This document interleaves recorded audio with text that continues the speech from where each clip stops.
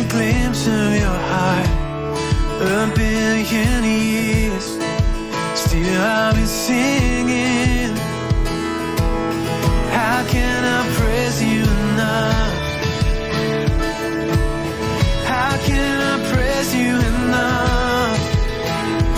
We sing you are the Lord, 'cause you are the Lord Almighty. Outshining all the stars in glory. Your love is like the wildest ocean. Oh, nothing else compares.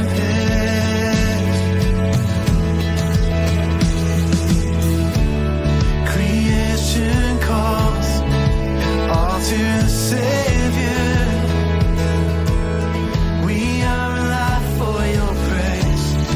In earth and sky, no one is higher. 'Cause I got one as you reign. I got one as you reign. You are the Lord Almighty, outshining all the stars in glory. Your love is like the wildest ocean.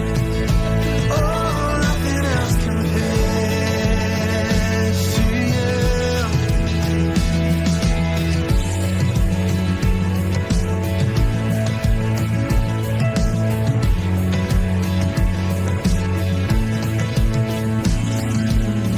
Not to us, but to your name we lift up all praise. Not to us, but to your name we lift up all praise. Not to us, but to your name we lift up all praise. Not to us, but to your name we lift up all praise. You are the Lord Almighty, outshining all the stars in glory. Your love is like the wildest ocean. Oh, nothing else compares to you.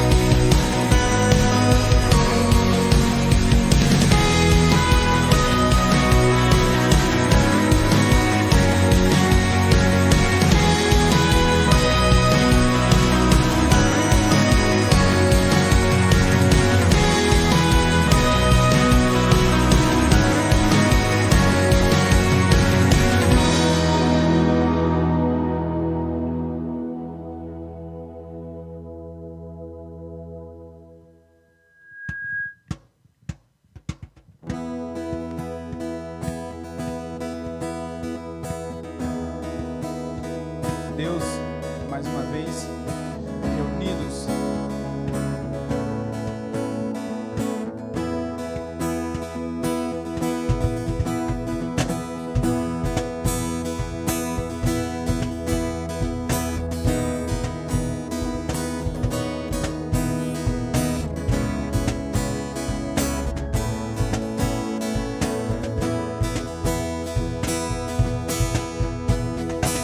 Abra os olhos do meu coração.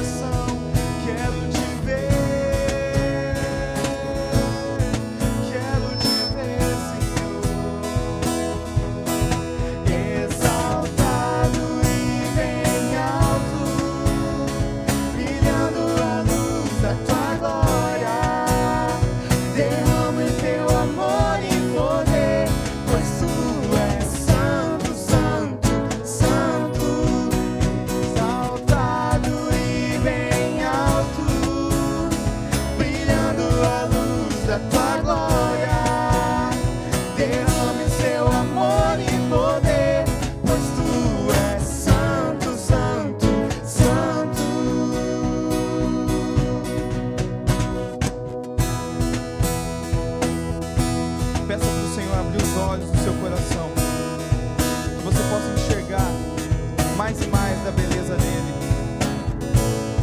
Nós queremos te ver, Senhor. Abra os olhos do meu coração, abra os olhos do meu coração. Quero te ver,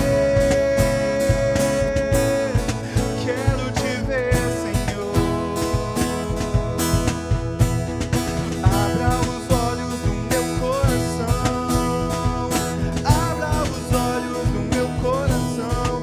Quero te ver, Senhor.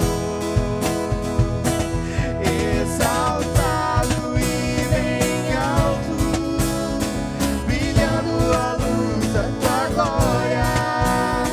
Derrame o seu amor e poder, pois tu és santo, santo, santo. Exaltado e bem alto, brilhando a luz da tua glória. Derrame o seu amor e poder, pois tu és santo, santo, santo. Santo, santo, santo. Santo, santo, santo. Santo, santo, santo. Quero te ver. Diga isso. Santo, santo, santo. Santo, santo, santo. Santo, santo, santo. Quero te ver. Nós queremos te ver, Senhor. Santo, santo, santo. Santo, santo, santo. Santo, santo, santo. Eu quero te ver. Quero te ver. Quero te ver. Quero te tocar. Eu quero te abraçar. Eu quero te ver. Quero te ver. Eu quero te ver. Quero te tocar. Quero te abraçar. Eu quero te ver. Exaltado e bem alto, brilhando a luz da tua glória. Derrame o seu amor e poder, pois tu és santo, santo, santo. Santo, santo, santo. Santo, santo, santo. Santo, santo, santo. Quero te ver. Mais uma vez. Santo, santo, santo. Santo, santo, santo. Santo, santo, santo. Quero te ver. Nós queremos te ver, Senhor. Nós queremos te ver. Agora, essa próxima música, onde diz que queremos mais de Ti, Senhor. Nós te queremos, Senhor. Nós te desejamos. Reunidos aí onde você está, com sua família, com seus amigos, não importa. Vamos clamar mais e mais da presença de Deus. Mais da presença dEle é o que precisamos. Não somos nada sem Ti, Senhor. Nada sem Ti.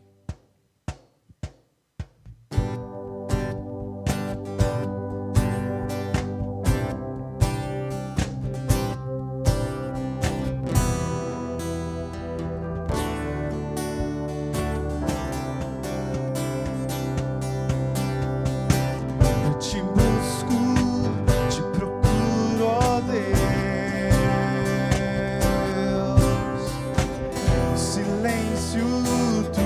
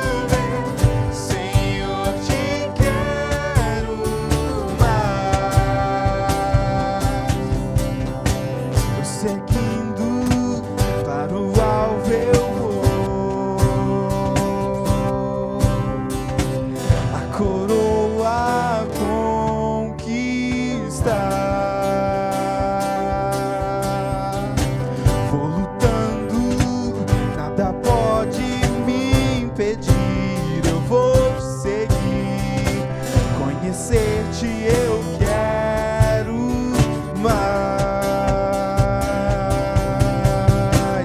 Senhor, te quero, quero ouvir tua voz.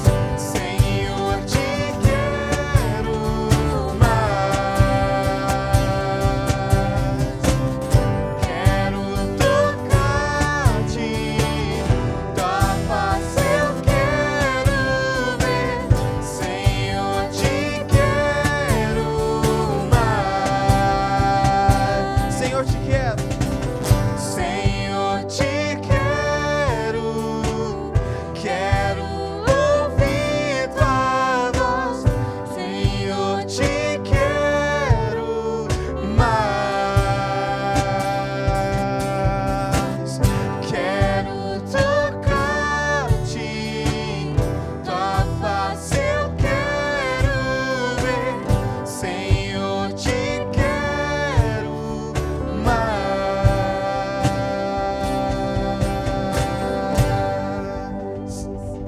Amém, Jesus.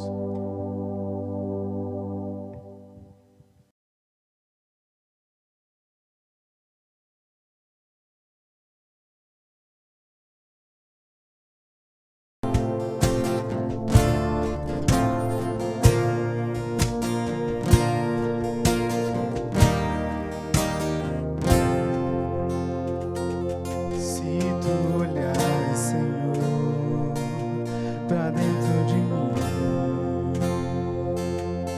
nada encontrarás de bom, mas um desejo eu tenho de ser transformado. Preciso tanto do teu perdão. Dá-me um novo coração. Dá-me um coração igual ao teu, meu mestre. Dá-me um coração igual ao teu, coração disposto a obedecer, cumprir todo o teu querer. Dá-me um coração igual ao teu. Queremos, Senhor, queremos mais de ti, Senhor. Se tu olhares, Senhor, pra dentro de mim, nada encontrarás de bom, mas um desejo eu tenho de ser transformado. Preciso tanto do teu perdão. Dá-me um novo coração. Dá-me um coração igual ao teu, meu mestre. Dá-me um coração igual ao teu, coração disposto a obedecer, cumprir todo o teu querer. Dá-me um coração igual ao teu. Ensina-me a amar o meu irmão, a olhar com seus olhos, perdoar com teu perdão. Enche-me com teu espírito, endireita os meus caminhos. Ó Deus, dá-me um novo coração. Enche-me com teu espírito, endireita os meus caminhos. Ó Deus, dá-me um novo coração. Dá-me um coração igual ao teu, meu mestre.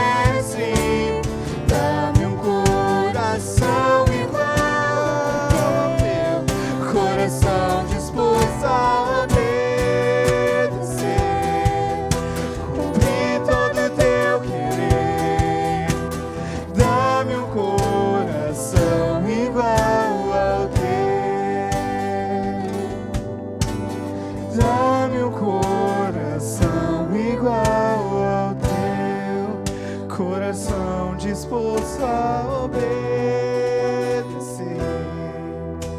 cumprir todo teu querer. Dá-me um coração igual ao teu.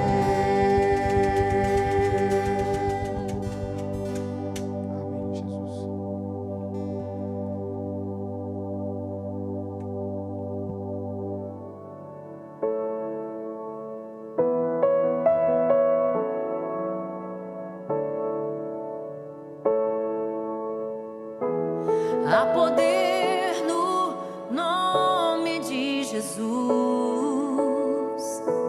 Há poder no nome de Jesus.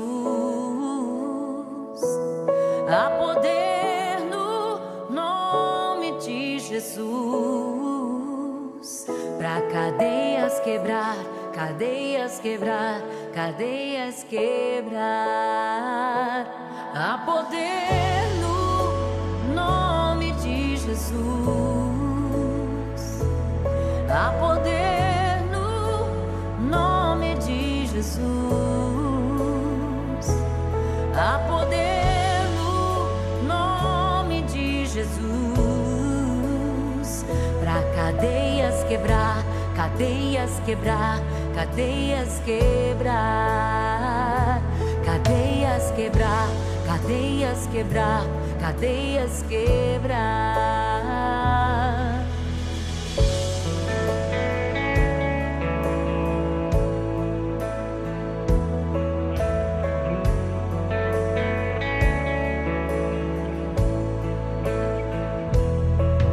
Alto preço ele pagou, tão livremente se entregou por nossa redenção. Se deu e o céu se abriu. Eu creio. Há poder no nome de Jesus. Há poder no nome de Jesus. Há poder no nome de Jesus.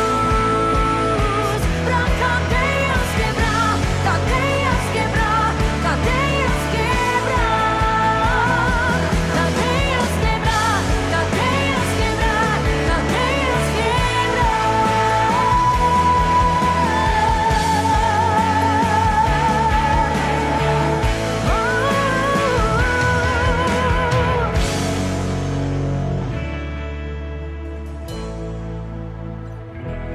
Um exército surgiu. Um exército surgiu. Um exército surgiu.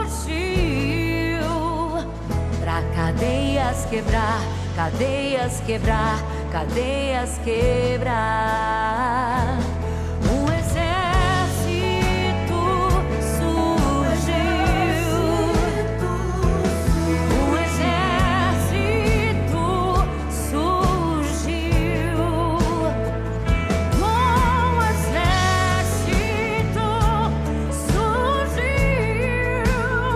Pra cadeias quebrar, cadeias quebrar, cadeias quebrar.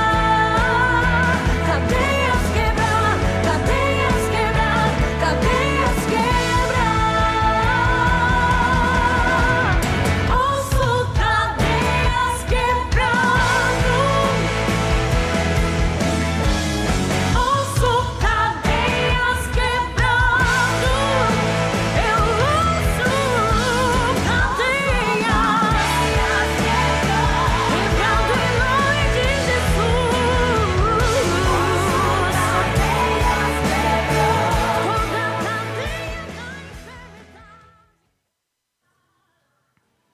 Graça e paz, queridos e amados irmãos, nós estamos gratos a Deus por estarmos aqui e vocês aí ao alcance dessa transmissão para a gente adorar a Deus também através da ministração da palavra.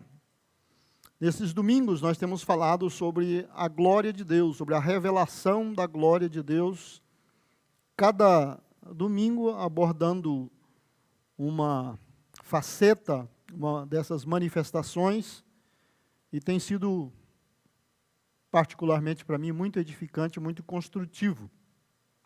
E hoje nós vamos falar sobre Jesus Cristo é a glória de Deus, no caso, né? Jesus Cristo é a glória de Deus, a revelação da glória de Deus. Nós vamos basear a leitura, e a mensagem vai ser baseada em vários textos, mas a leitura oficial, digamos assim, na primeira carta de João, no capítulo 1, os versos 1 a 4. Nós vamos ler e depois nós vamos orar.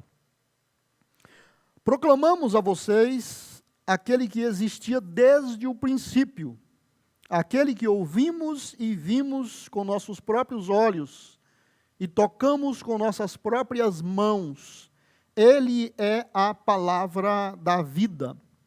Aquele que é a vida nos foi revelado e nós o vimos.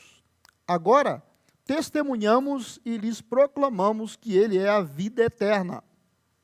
Ele estava com o Pai e nos foi revelado. Anunciamos-lhe aquilo que nós mesmos vimos e ouvimos, para que tenham comunhão conosco. E a nossa comunhão é com o Pai e com seu Filho Jesus Cristo. Escrevemos essas coisas para que vocês participem plenamente de nossa alegria. Obrigado, Senhor, pela ação da Tua palavra e pela manifestação da graça e da glória do Senhor através dela, e por se revelar a nós em Cristo Jesus, que é a palavra encarnada. E quando meditamos na Tua palavra escrita, o Teu Espírito Santo pode ministrar nos nossos corações, produzindo vida, produzindo saúde, produzindo cura, produzindo edificação, entendimento, e nós abrimos os nossos corações e as nossas mentes para sermos ensinados e para que o Senhor construa na nossa vida, nessa noite, a graça e a glória que o Senhor pretende. Transformar as nossas vidas em bênçãos e coisas úteis para o reino do Senhor. Nós abençoamos a cada pessoa ao alcance da nossa transmissão e oramos para que eles sejam cheios do seu Espírito, da sua graça, e através de uma mentalidade cristã e disponível ao Senhor, eles possam compreender plenamente a Tua palavra e a Tua vontade. Nós oramos agradecidos em nome do Senhor Jesus. Amém. O objetivo de Deus em cada fase da criação e da redenção é magnificar a sua glória, torná-la mais gloriosa, mais conhecida, mais disponível. Nós temos enfatizado bastante isso. Tudo o que ele faz está intencionalmente ligado com a nossa redenção. E ele o faz com o propósito de ser glorificado dessa forma. Deus se revela e Deus expõe o plano de redenção para que sejamos alcançados e demos glória a Ele, que Ele seja glorificado por esse entendimento que, como humanos, nós entendamos da sua pessoa. A cada passo, a Bíblia diz que Deus faz essas coisas através de Cristo. Deus se revela o seu plano, os seus propósitos, através de Cristo, para expor, revelar e manifestar a sua glória. O apóstolo São João, que foi muito amigo, muito íntimo, além de primo de Jesus, e foi o único que morreu por idade, morreu de velhice dos 12 apóstolos, ele tinha um conhecimento experimental e um relacionamento muito afetivo com Jesus, e uma vida muito piedosa, e por isso alcançou níveis de conhecimento espirituais maravilhosos que, até, digamos assim, foi exposto melhor para nós na palavra até do que outros. E também ele recebeu a graça e o presente de Deus de ser o embaixador para nos trazer Apocalipse, né? O livro das revelações das coisas finais. Na época de João, ainda, quando ele, por exemplo, escreveu essas cartas, e aqui nós baseamos na primeira, já havia evangelho pregado em quase todo o mundo conhecido da época, e a igreja havia se espalhado maravilhosamente. E o evangelho, ao chegar a muitas culturas, a muitas nações, ela acabou influenciando, e as pessoas também acabaram recebendo o impacto de outras religiões, de outras seitas, de outras doutrinas, que de alguma forma tentaram se opor ou se infiltrar no cristianismo, né? E uma dessas seitas perigosas da época eram chamados gnósticos. A palavra vem da palavra conhecimento. Era uma seita oriental, mais próximo da origem dela ser persa, e eles ensinavam que o conhecimento espiritual, a iluminação espiritual, isso eles já criam. Essa seita existe muito antes de Cristo. Então, essa filosofia deles rodava mundo afora. Que a iluminação espiritual, o conhecimento dos mistérios da vida, incluindo salvação e tudo mais, só pode ser alcançado por um tipo de conhecimento que, na verdade, não é acessível a qualquer pessoa. Há alguns iluminados, alguns privilegiados, que alcançam esse conhecimento. E o máximo que eles podem fazer é abençoar as pessoas contando, falando e ensinando o que eles aprenderam. Mas essas minorias, digamos assim, que recebem esses ensinamentos, não são salvos, não participam da redenção, não participam da glória, digamos assim, do bom da coisa. Eles apenas tomam conhecimento para desfrutar aqui, mas salvação e glória eterna, nada disso. E quando o cristianismo chegou, algumas dessas pessoas, algumas se converteram, outros ficaram próximos do cristianismo, e alguns tentaram adaptar a fé cristã e misturar com o gnosticismo. Essas seitas gnósticas ainda existem hoje, com templos, com construções, com seminários, a gente encontra, mesmo ali na capital paulista, templos enormes deles. Você pesquisar no Dr. Google aí, gnosticismo, gnóstico, você vai encontrar a rodo. E o que tem de gente, atores, gente famosa, gente ilustres que são gnósticos, você vai ficar impressionado. Então não é uma coisa que houve naquela época e desapareceu. Não, eles estão por aí. E nessa tentativa de mesclar com o cristianismo, eles começaram a infestar a igreja de heresia. Então eles começaram a dizer o seguinte, o que eles fizeram para misturar gnosticismo com cristianismo. Que, veja bem, Jesus era um iluminado, é um desses grandes que alcançou a iluminação espiritual, um grande mestre. E ele escolheu 12 de todo mundo que tinha no mundo, ele escolheu 12. Esses 12 tinham capacidade de adquirir conhecimento para a salvação, mas o resto era gentalha, usando o Chaves como vocabulário. E aí João falou, escreveu o evangelho, e agora ele escreveu essa carta diretamente para a igreja, e essa carta é universal. Quase todas as cartas de Paulo, por exemplo, é endereçado a uma igreja local, aos Coríntios, aos Efésios, aos Gálatas, aos Colossenses, coisa e tal. E João escreveu universalmente, como Tiago, Judas, e até Pedro também, que escreveu para uma região maior. E João escreveu para bater de frente com essa heresia. E mostrar para os discípulos de Jesus e da igreja que não era nada disso. Por isso ele começou essa carta, e aqui eu escrevi os 4 primeiros versos. Olha, vamos ler novamente, agora você vai entender por que João falou isso e desse jeito. Proclamamos, ou pregamos, falamos para vocês, aquele que existia desde o princípio, aquele que ouvimos e vimos com os nossos próprios olhos. João foi discípulo pessoal de Jesus. E tocamos com as nossas próprias mãos. Ele é a palavra da vida. Aquele que é a vida. Lembra que Jesus falou, eu sou o caminho, a verdade e a vida? Então João agora está dizendo para os cristãos ali, ó, aquele, né, que é a vida, foi revelado, foi manifestado, e nós o vimos. Agora, testemunhamos e pregamos, proclamamos que Ele é a vida eterna. E Jesus disse isso, que Ele era a vida eterna, e que Ele dava a vida eterna, e ninguém tirava da mão dele. E aqui João repetindo isso. Proclamamos que Ele é a vida eterna. Ele estava com o Pai e nos foi revelado. Anunciamos-lhes aquilo que nós mesmos vimos e ouvimos, para que tenham comunhão conosco. Compartilhem conosco do que nós conseguimos, do que nós ganhamos. E a nossa comunhão é com o Pai e com o seu Filho Jesus Cristo. Escrevemos essas coisas para que vocês participem plenamente da nossa alegria. Se você continuar lendo a carta de João agora, de 1 João, você vai se deliciar depois desse comentário que eu fiz.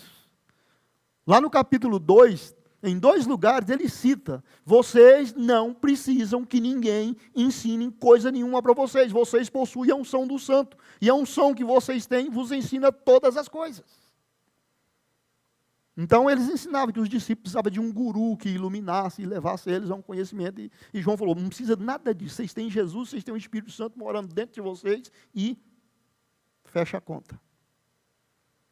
Então, João está falando de uma revelação de Deus a nós através de Jesus Cristo. A glória de Deus revelada a nós. Né? João 17, 4 e 5, né? Quando Jesus estava fechando o seu ministério, naquela noite que ele celebrou a ceia, ele orou com os discípulos, orou por eles, e nessa oração, que a gente chama de oração sacerdotal, lá no versos 4 e 5, né, no verso 3, ele fala o que é a vida eterna. E ele fala, a vida eterna é que te conheçam a ti por único Deus verdadeiro, e a Jesus Cristo a quem o Senhor enviou. Então, o que é vida eterna? Jesus prometeu vida eterna, eu quero ter vida eterna. O que é vida eterna? É conhecer a Deus como único Deus verdadeiro, e a Jesus Cristo a quem ele enviou. No verso 4, então, ele entra dizendo ao Pai, ele está orando, eu te glorifiquei, ou eu te dei glória, eu falei da tua glória, eu proclamei a tua glória, eu expressei a glória que o Senhor merece. Eu te glorifiquei aqui na terra. Lembra que eu falei agora há pouco, que tudo que Deus faz é para glorificar o seu nome, para revelar a sua glória? Então Jesus falou, eu vim para cá e eu glorifiquei o Senhor aqui na terra, completando a obra que me deste para realizar. Todo mundo sabe. Por que Jesus veio ao mundo? O que ele veio fazer aqui? Todo mundo sabe. E ele falou aqui, orando ao Pai, ele falou, eu te glorifiquei fazendo o que o Senhor me mandou fazer. Agora, Pai, glorifica-me. Eu te glorifiquei todos esses 33 anos que eu passei aqui agora. Agora, estou terminando, estou fechando a conta, agora glorifica-me. Transmita glória para mim, exalte-me, manifeste quem realmente eu sou, expresse a minha verdadeira natureza, glorifica-me e leva-me para junto de ti, para a glória que tive ao teu lado antes do princípio do mundo. Vivíamos no bem bom, na glória eterna, Pai, Filho e Espírito Santo. Agora eu vim para cá. Terminei o que eu vim fazer aqui, me leva que eu quero aquilo que a gente tinha junto. A glória que eu tinha ao teu lado antes que o mundo fosse fundado, antes que Deus criasse todas essas coisas. Ele já era glorioso, ele já tinha glória, o Pai tinha glória, ele vivia na glória, ele é o Rei da glória. Ele abriu mão daquilo para vir fazer a obra da redenção. E ele falou, agora estou com saudade de casa, estou voltando, pode me levar, que eu quero voltar, compartilhar com a glória que é minha e que eu tinha junto com o Senhor desde antes da fundação do mundo. Então, Jesus Cristo é a revelação da glória de Deus. Jesus Cristo, né, eu falei isso várias vezes nesses últimos domingos, Jesus Cristo é a imagem mais clara, mais expressa de quem Deus realmente é. Colossenses 2,9, nele, né, em Cristo, habita corporalmente. Veja bem, Jesus ganhou um corpo, ele se encarnou, ele viveu como homem. Então, corporalmente, habita nele, existiu nele toda a plenitude da divindade. Tudo que Deus era, estava fisicamente também em Jesus. Ele apenas não usava esses poderes, porque ele se esvaziou para fazer a obra de Deus, a redenção humana, e para isso ele precisava ser 100% homem, embora continuasse sendo 100% Deus. Colossenses 2,9. Hebreus 1,3, o escritor fala, ele, né, Jesus, é o resplendor, podemos usar a palavra reflexo, né? Ele é o resplendor da glória e a expressão exata do seu ser, o ser de Deus, da natureza de Deus, da essência de Deus. O que Deus é, Jesus é, e Jesus foi isso em carne enquanto esteve aqui conosco. Quando o nosso Senhor se tornou carne, né, quando ele nasceu lá em Belém, né, foi uma revelação completa, plena da natureza de Deus. A sua misericórdia, a sua graça, a sua bondade e prontidão para nos perdoar, nos aceitar, nos redimir. João 1,14, né, eu estou usando a nova versão transformadora, assim a palavra se tornou ser humano, carne e osso, e habitou entre nós. Ele era cheio de graça e verdade. E vimos a sua glória, glória do Filho único do Pai. Na versão corrigida, ou as mais tradicionais, né? O Verbo se fez carne e habitou entre nós, e vimos a sua graça, né? Vimos a sua glória. Ele era cheio de graça e de verdade, e vimos a sua glória, glória como do unigênito do Pai. Ele veio glorioso, ele foi glorioso, quem o viu, quem o conheceu, né, soube disso, sabia disso, né, sem nenhum problema. E quem está falando aqui é João, que escreveu a primeira carta. Né? Nós vimos, né, nós experimentamos, né, a glória dele encarnado. A revelação da glória de Deus em Cristo é a razão da nossa fé e da nossa adoração.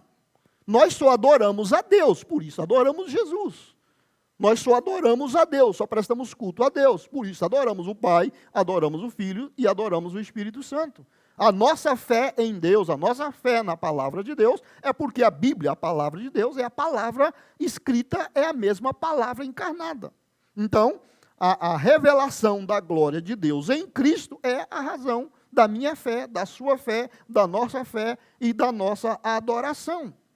Né? Nós já vimos repetidamente nesses domingos, e vou falar hoje novamente para não esquecer.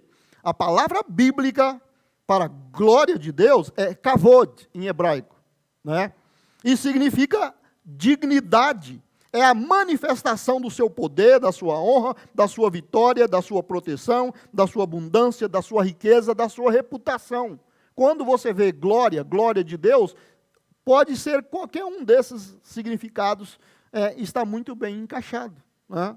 Então, Jesus é a revelação da glória de Deus, da reputação, da dignidade de Deus, poder de Deus, da honra de Deus, da vitória de Deus, da proteção de Deus, da abundância de Deus, da riqueza de Deus. Jesus é a revelação disso, né? Sem nenhuma contradição em tempo algum.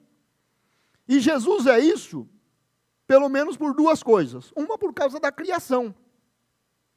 Né? Nós vemos em Apocalipse 4:11, tu és digno, ó Senhor, nosso Deus, de receber glória, honra e poder. Glória aqui é louvor, adoração, reverência. Né?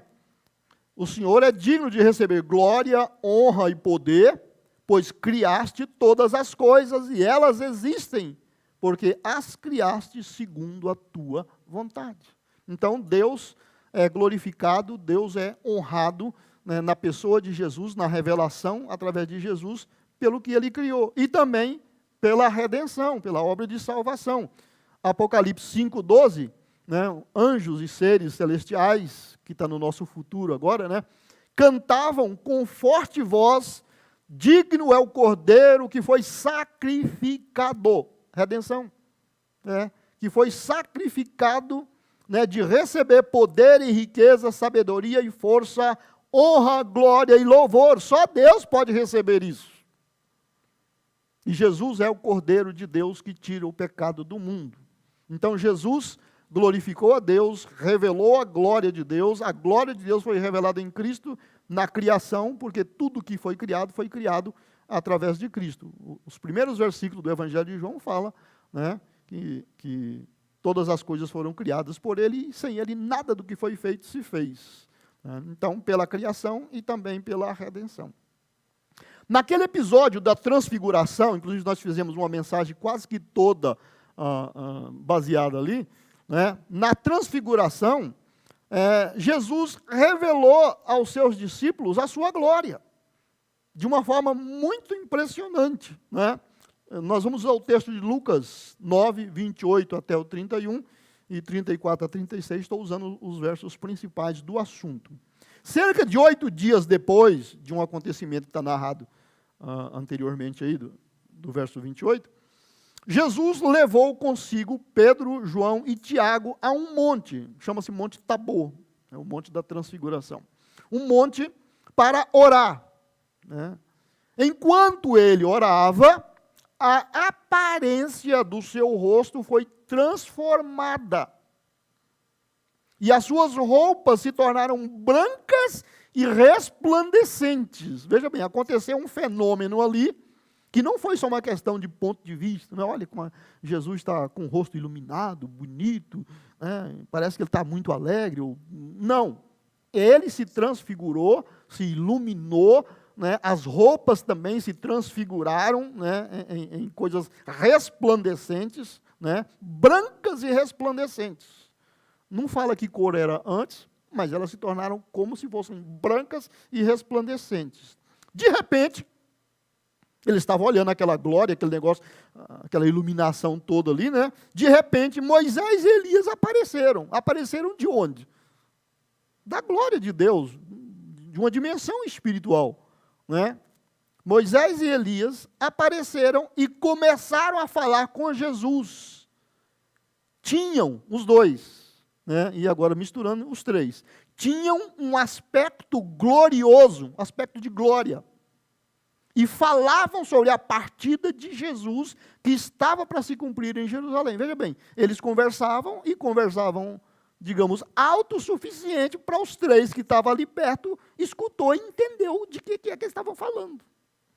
Estavam falando sobre a morte de Jesus daqui a uns dias ali em Jerusalém, né? Alguns curiosos falam que eles vieram contar algum detalhe para Jesus e mandar ele se preparar, que a coisa vai ser mesmo assim, fica de olho no Judas, digamos assim. Eles vieram dar umas dicas ali para Jesus, né? Então eles tinham um aspecto glorioso e falavam sobre a partida de Jesus que estava para se cumprir em Jerusalém. Enquanto ele ainda falava, veja bem, simultaneamente, né? Uma nuvem surgiu e os envolveu. Do nada apareceu uma nuvem e cobriu eles, os envolveu. Os três e os outros três de cá, os 6, a nuvem envolveu a todos, enchendo-os de medo. Claro que não é Jesus, Elias e Moisés que ficaram com medo. Está falando de Pedro, Tiago e João. Criar medo aqui no sentido de temor. Eles ficaram com medo de morrer, igual nos outros casos que nós já vimos na Bíblia. Enchendo-os de medo. Então uma voz que vinha da nuvem, além dos 3 lá dentro da nuvem, Jesus, Moisés e Elias, e os 3 de cá, Pedro, Tiago e João, apareceu uma voz da nuvem que não era de nenhum dos 3 que estava ali. E disse: este é meu filho, meu escolhido, ouçam-no. Quando a voz silenciou, foi uma frase curta, né? Quando a voz silenciou, só Jesus estava ali. Hã? Alguém vai dizer que é teletransporte. A nave-mãe estava lá um pouco acima e eles foram teletransportados. Só Jesus estava ali. Naquela ocasião, os discípulos não contaram a ninguém o que tinham visto, porque Jesus falou para eles, olha, enquanto eu não morrer, ressuscitar, não toca nesse assunto. Também eles iam falar que eles tinham pirado. Ele chega lá contando uma história dessa, e os outros estavam lá embaixo, no monte, cuidando de pessoas e orando com pessoas endemoniadas, doentes, e eles estavam olhando lá no monte, não tinha nada lá no monte, ia chegar contando que a nuvem baixou lá, que Deus falou, coisa e tal. Eles vão falar, vocês estão vendo coisa. Né? Então, a presença física de Jesus assumiu aspectos de glória, como as descritas no Velho Testamento, que eu mostrei várias delas, né, há poucos dias. Aspectos como a nuvem que envolve, voz poderosa, o temor, né, ou o medo produzido nos assistentes, igualzinho em outros textos que nós vimos. Lá em Êxodo 24:16, por exemplo, a glória do Senhor pousou sobre o monte Sinai, e a nuvem cobriu por 6 dias. No 7º dia, o Senhor chamou Moisés de dentro da nuvem. O que já havia acontecido, testemunhado, está nas Escrituras, aconteceu ali na transfiguração. Êxodo 20:18-19, né, logo quando Deus deu os mandamentos para Moisés, quando o povo ouviu os trovões, o som forte da trombeta, e quando viu o clarão dos raios e a fumaça que subia do monte, ficou à distância tremendo de medo. Disseram a Moisés, fale você conosco e ouviremos, mas não deixe que Deus nos fale diretamente, pois morreremos. Então, o mesmo medo que os 3 apóstolos tiveram aqui, já havia acontecido com outras pessoas, e nós já vimos isso aqui esses dias. A revelação da glória de Deus produz temor, leva a pessoa a temer a Deus, a respeitar a Deus, saber que a coisa é séria. O ministério de Cristo aqui na terra, a linha principal dela foi glorificar a Deus. Né? Foi glorificar a Deus. João, lá no capítulo 17, naquela oração sacerdotal, do verso 21 a 24, na oração, Jesus ainda falando com Deus, ele disse o seguinte para Deus, minha oração ao Senhor, né, é que todos eles, aqui ele está falando dos discípulos, que todos eles sejam um, como nós somos um. Nós quem? Pai, Filho e Espírito Santo. Jesus, Deus Pai e Espírito Santo. Como nós somos um. Como tu estás em mim, Pai, e eu estou em ti. Eu estou orando, porque o meu desejo é que os meus discípulos, as pessoas aqui que estão crendo em mim e que vão crer através da pregação do Evangelho pela igreja no mundo todo, que eles sejam um, como nós somos um. Eles tenham unidade entre eles, como nós temos entre nós. Que eles estejam em nós, para que o mundo creia que tu me enviaste. A unidade produz a fé para o mundo crer em Cristo. Eu dei a eles, olha aí, aos discípulos, ele está falando diretamente para o Pai sobre os discípulos. Eu dei a eles a glória que tu me deste, para que sejam um como nós somos um. Então, por que a igreja existe desde que Jesus foi embora? E a igreja passa por tantas tribulações, tantas perseguições, governos e impérios já fizeram de tudo para varrer a igreja do mapa, e por mais que eles tentem, por mais estratégia que eles fazem, quando eles descuidam, a igreja está mais forte do que era antes, porque Deus, através de Jesus, deu a glória dele. Lembra da definição de glória? A vitória, o poder, a abundância, a riqueza, a honra. Né? Então Jesus disse isso. Né? Eu dei a eles a glória que tu me deste, para que seja um como nós somos um. Eu estou neles, tu estás em mim. Que eles experimentem unidade perfeita, para que todo mundo saiba que tu me enviaste e que os amas, tanto quanto me amas. Pai, quero que os que me deste estejam comigo onde estou. Essa versão aqui, eu gosto mais da outra que fala, estejam comigo onde eu estiver. porque o sentido de onde eu estou daria que fosse ali, no momento ou por aqueles dias. Mas uma tradução melhor é onde eu estiver. Né? Porque, olha o contexto. Então eles verão, ou seja, tem futuro nisso. Então eles verão toda glória que me deste, porque me amaste antes mesmo do princípio do mundo. Ou seja, ele já deu glória para nós, ele já revelou a sua glória para nós, mas tem um tipo, tem uma qualidade, tem uma quantidade que não é possível nós conhecermos aqui por enquanto. Então eu falei, eu gostaria de levar eles lá para eles verem de perto. Eu gostaria que eles vissem, né, a minha glória que o Senhor me deu e que eu tenho com o Senhor, né, e que como o Senhor me ama. Eles vendo lá, eles vão entender esse negócio. Isso é João 17, 21 a 24. As credenciais que Jesus apresenta para ser o Redentor perfeito, né, Apocalipse mostra isso. O primeiro capítulo de Apocalipse, a função dele é mostrar que Jesus, né, mostrar o currículo de Jesus. O que é que o qualifica a ser o Cordeiro de Deus? Que dá a ele a autoridade, né, e a capacidade de ser o único capaz de ser mediador entre Deus e o homem, o único capaz de salvar, o único nome, né, através do qual podemos ser salvos. Então, o capítulo 1 de Apocalipse revela isso. E nessa descrição ali, e ali está também por meio de figuras, mas do verso 12 ao 19, olha o que João viu numa visão de quem é Jesus na sua glória e como Redentor da humanidade. Quando me voltei, né, Jesus estava falando com ele, tinha chamado ele para revelar, quando me voltei para ver quem falava comigo, vi 7 candelabros de ouro, e em pé entre eles, 7 luminárias, 7 candelabros, né, provavelmente igual àqueles que representam Israel lá do tabernáculo, 7 candelabros de ouro, e em pé entre eles havia alguém semelhante ao Filho do Homem. E ele já conhecia o Filho do Homem, então ele sabia que isso aí é muito parecido com ele. Né? Vestia um manto comprido, com uma faixa de ouro sobre o peito. A cabeça e os cabelos eram brancos como a lã e a neve, e os olhos como chama de fogo.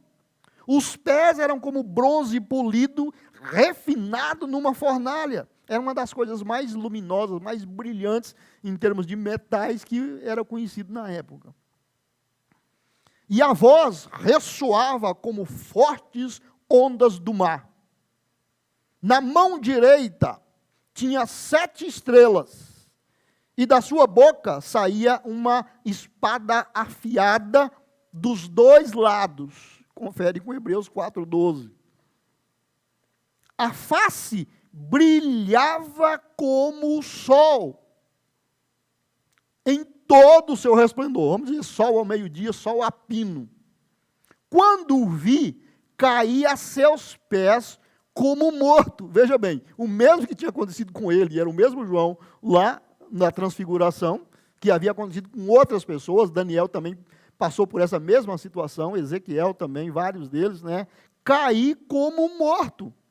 Ele, porém, colocou a sua mão direita sobre mim e disse: não tenha medo, eu sou o primeiro e o último, sou aquele que vive. Estive morto, mas agora vivo para todo sempre, e tenho as chaves da morte e do mundo dos mortos. Portanto, escreva o que viu, tanto as coisas que estão acontecendo, no presente lá de João, como as que acontecerão depois.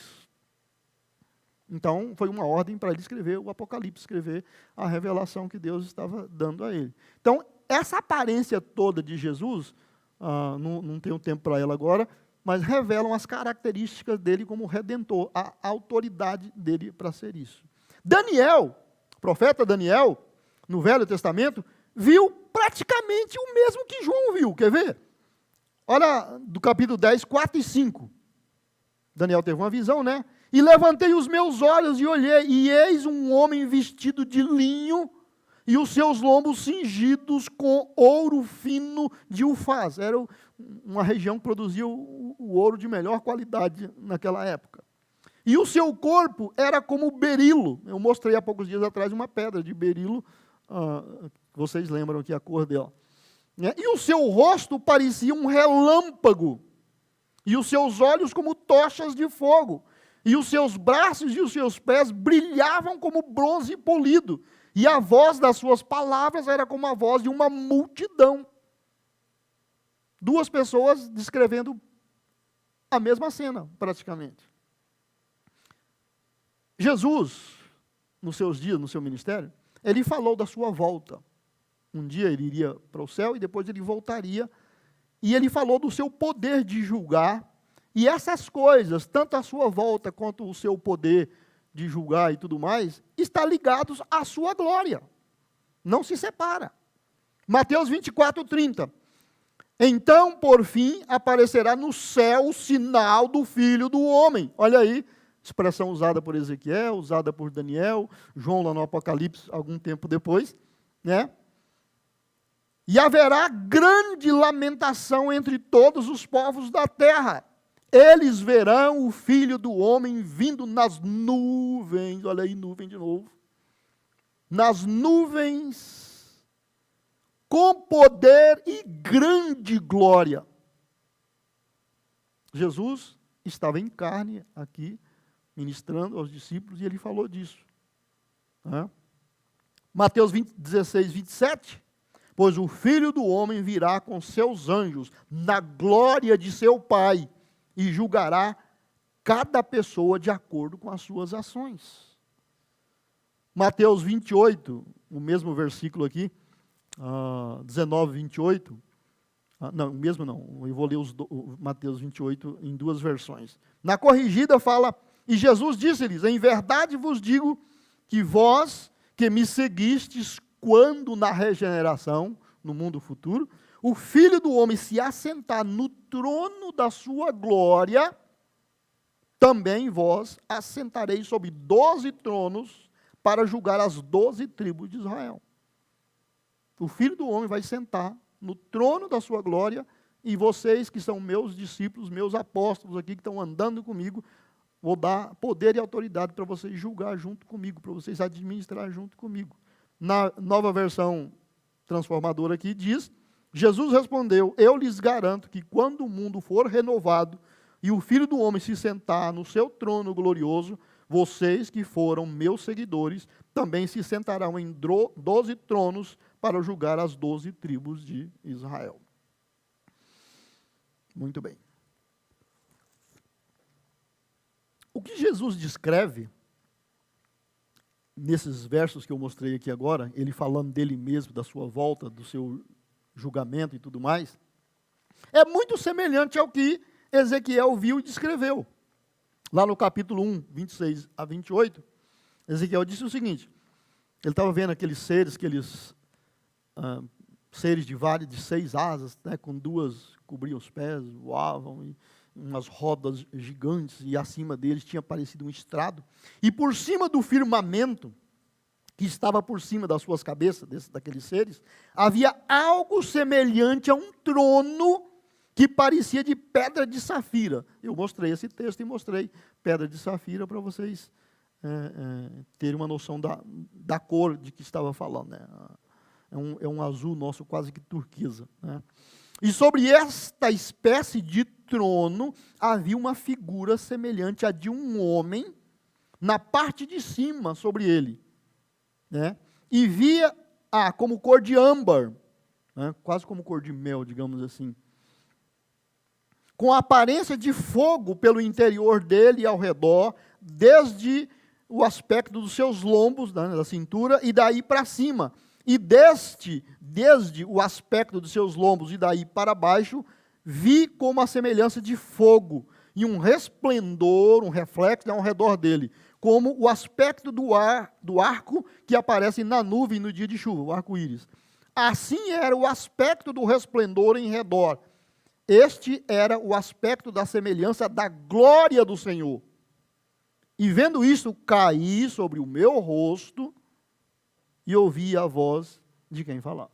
Veja bem, a mesma cena, ao ver a glória de Deus, a pessoa se enche de temor, os nervos desmontam e a pessoa desaba. Não dá para parar em pé, a menos que Deus permita. A descrição do nosso Cristo glorioso, vitorioso, absoluto, né, que nós vemos no futuro, que ele, depois que ele voltar e que ele acertar todas as coisas, é algo fantástico, né? Olha a descrição que nós temos em Apocalipse 19, do verso 11 ao 16.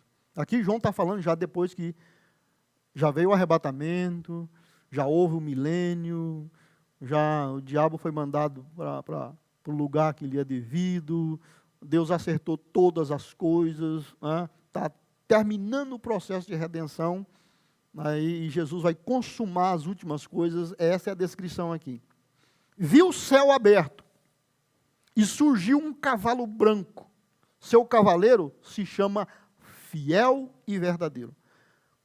Todas as vezes, quem estiver lendo, ou quem ler Apocalipse, todas as vezes que você ler do capítulo 2 em diante, uma daquelas características que eu li aqui no capítulo 1, vai aparecer para você saber a diferença quando é um anjo, e quando é Jesus. Quando é uma pessoa humana, ou uma pessoa salva, ou um demônio, para diferenciar. Então, quando aparece Jesus, uma daquelas descrições lá aparece. Então, está aqui, ó, né, se chama Fiel e Verdadeiro, né, e julga e guerreia com justiça. Seus olhos eram como chamas de fogo. Isso aparece lá no capítulo 1. E sua cabeça, e na sua cabeça, em sua cabeça havia muitas coroas. Nele estava escrito um nome que ninguém conhece a não ser ele mesmo. Lembra que ele falou que gostaria que a gente visse toda a glória que ele tem, que hoje não dá para saber? Então, até aqui, ele tem um nome que nem João soube, e Deus falou, você não vai saber também, esquece. Só anota aí. Só ele sabe, né, e só Deus, só o Pai, o Filho e o Espírito Santo.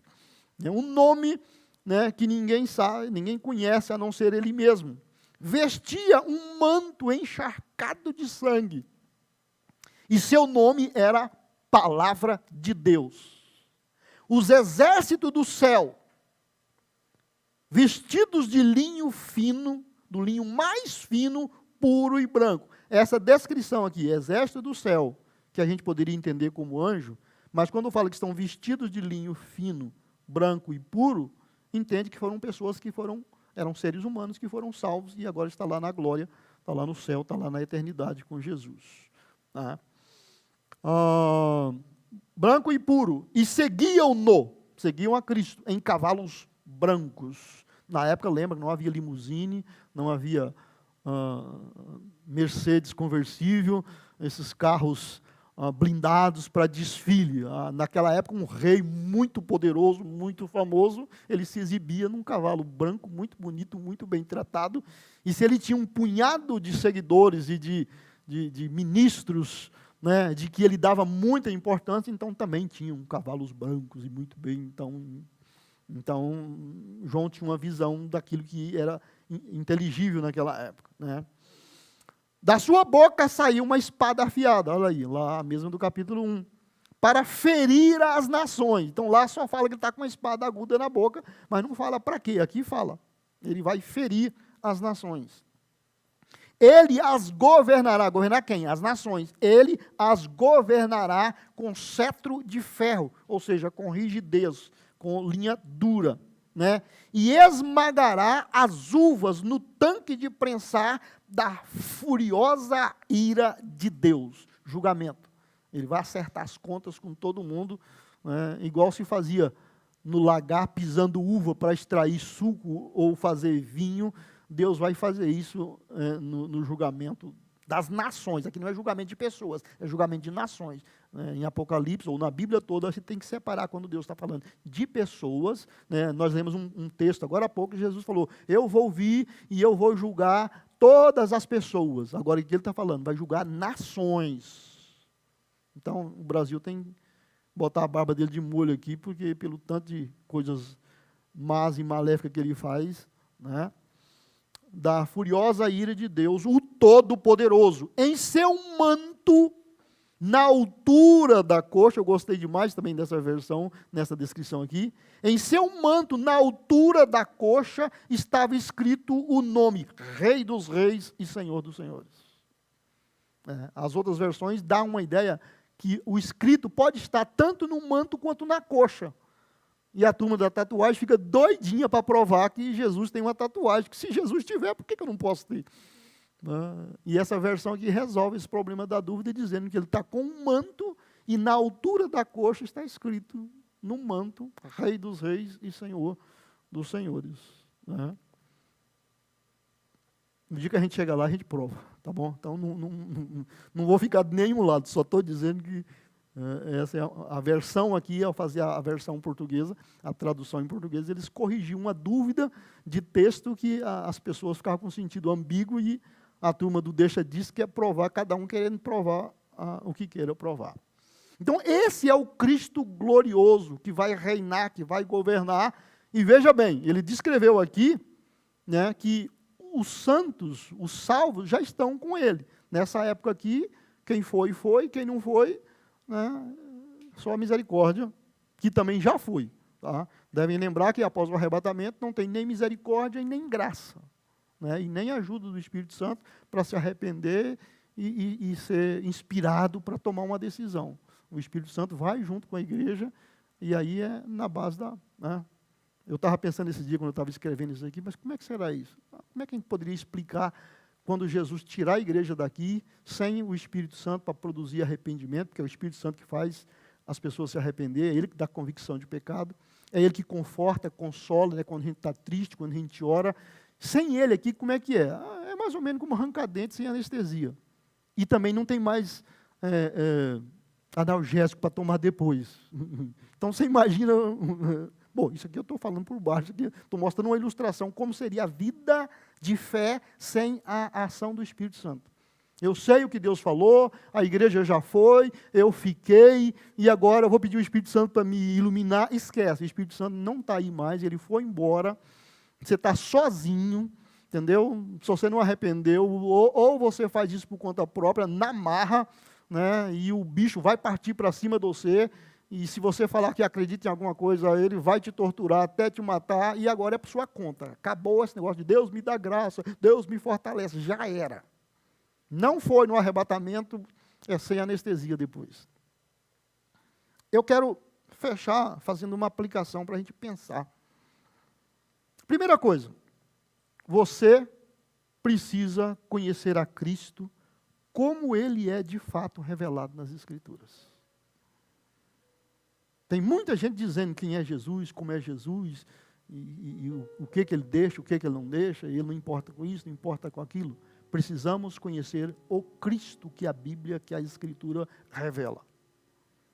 Segundo, a revelação da glória de Deus através de Cristo tem como finalidade a sua salvação, a minha salvação, a salvação dos perdidos. E depois que você não está mais perdido, comunhão com Deus. Deus salva os perdidos e esses salvos se tornam, então, uma família de Deus que tem comunhão com Ele. Então, toda a revelação da glória de Deus através de Cristo tem como finalidade a salvação dos perdidos e a comunhão com esses salvos, com os remidos. Terceiro, em João 17, nós lemos agora há pouco, na oração sacerdotal, Jesus revela o seu desejo de revelar a nós toda a sua glória eterna, que ainda não nos é possível conhecer agora. Então, por mais que a gente examine a Bíblia, por mais que a gente tiver uma ajuda do Espírito Santo, uma revelação extra na palavra de Deus, né, uma visão da grandeza e da glória de Deus, ainda tem coisa que ainda não estamos capacitados, não está disponível para recebermos. Mas Ele quer que você esteja lá para ver. A salvação é um convite para a gente experimentar o que Deus tem para nós. Tá? E 4, Apocalipse, que mete medo em muita gente, e eu acabei de ler uns textos aqui agora que deixa muita gente apavorada, e vou ler mais um que vai acabar de te assombrar, que essa noite provavelmente alguns não vão dormir, e isso faz parte do meu plano também. Né? Apocalipse é o capítulo final de uma história de amor. O amor de Deus para com a humanidade. E todo o plano de redenção que aqui em Apocalipse é concluído. Fecha todo o plano de Deus, né, para a salvação da humanidade, desde o dia que Adão pecou lá no Éden, até fechar o processo de redenção. O Apocalipse é uma história de amor. E eu amo ler Apocalipse, eu gosto dessas revelações. Para quem é salvo, para quem reconhece Cristo, a gente se delicia com isso. Porque todo aquele terror que tem ali, nós vamos estar assistindo lá de cima. Aliás, tem algumas coisas que nós vamos estar mandando bala aqui para baixo. Então, eu quero mais é que o circo pegue fogo. Tem alguém aí fazendo campanha, gente, o anticristo está querendo aparecer, e vamos fazer alguma coisa, não vamos...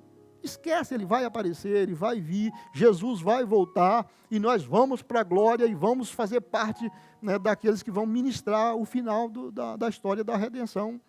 E bola para frente, glória para frente. Veja bem, olha o final dessa história de amor que eu estou falando. Apocalipse 20, do 11 ao 15, João descreveu o seguinte: vi um grande trono branco, e o que estava sentado sobre ele, de cuja presença fugiu a terra e o céu, e não se achou lugar para eles. E vi os mortos, grandes e pequenos, que estavam diante de Deus. Olha aí. Vi os mortos, grandes e pequenos. Está falando aqui de níveis de autoridade, nesse sentido. Grandes e pequenos que estavam diante de Deus. E abriram-se os livros. Né? Abriu-se outro livro, que é o da vida. Então tinha uma pilha de livros, muitos livros, e um outro livro à parte, chamado Livro da Vida.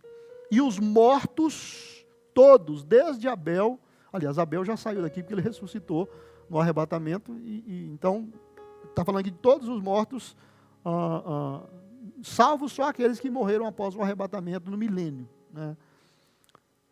E os mortos foram julgados pelas coisas que estavam escritas nos livros. Então, o que os homens fazem, Deus anota. Tem alguém lá anotando. Segundo as suas obras. E deu o mar os mortos que nele havia. Você sabe que de vez em quando acontece naufrágio. Pessoas são mortas e jogadas no mar. E a história está cheia de... Né? E o mar, então, vai devolver os mortos que morreram ou foram jogados lá. E a morte e o inferno, né, o Hades, né, as profundezas...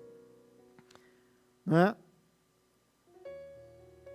A morte e o inferno deram os mortos que neles havia. Todo mundo foi enterrado, sepultado, né? Em qualquer lugar do universo tem que devolver. E foram julgados cada um segundo as suas obras. E a morte e o inferno foram lançados no lago de fogo, uma destruição para a morte e o inferno. E a morte e o inferno foram lançados no lago de fogo. Se não for destruição, pelo menos é um lugar de tormento eterno. Não vai ser destruído, mas não sai mais, não manifesta mais, não opera mais. Esta é a segunda morte. A segunda morte é mais forte do que a primeira. E aquele que não foi achado escrito no livro da vida foi lançado no lago de fogo. O capítulo 20 termina com essa descrição. Tinha os livros com as obras de todo mundo, ia sendo observado, de acordo com o que ele fez lá, seriam julgados.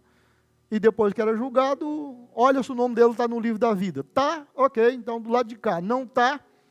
Laguinho. Eu quero fechar a aplicação com uma quinta pergunta. E você precisa ser sincero comigo. Olho no meu olho aqui. O seu nome está escrito no livro da vida? Se você não tem certeza, se preocupe com isso. Porque o verso final aqui diz: aquele que não foi achado, escrito no livro da vida, foi lançado no lago de fogo. Para nós aqui hoje, será lançado. Então você tem que ter essa preocupação. Não é uma questão de ser evangélico, de ser crente, de ser gospel, de ser religioso, de ser bonzinho, de amar a Deus. A questão é, o que eu tenho que fazer para ter o meu nome no livro da vida? E o que eu tenho que fazer para conservar o meu nome no livro da vida? Há um texto na Bíblia, foi na época de Moisés. Ele ficou muito chateado e queria o apoio de Deus. E ele falou, Deus, ou o Senhor vai comigo nisso, ou então risca o meu nome do teu livro. Aí Deus falou, eu risco de quem pecar contra mim. Ou seja, o nome no livro da vida pode ser escrito e pode ser riscado. Então não é uma questão, será que o meu nome foi escrito? A questão é, depois que foi escrito, eu mantive ele lá.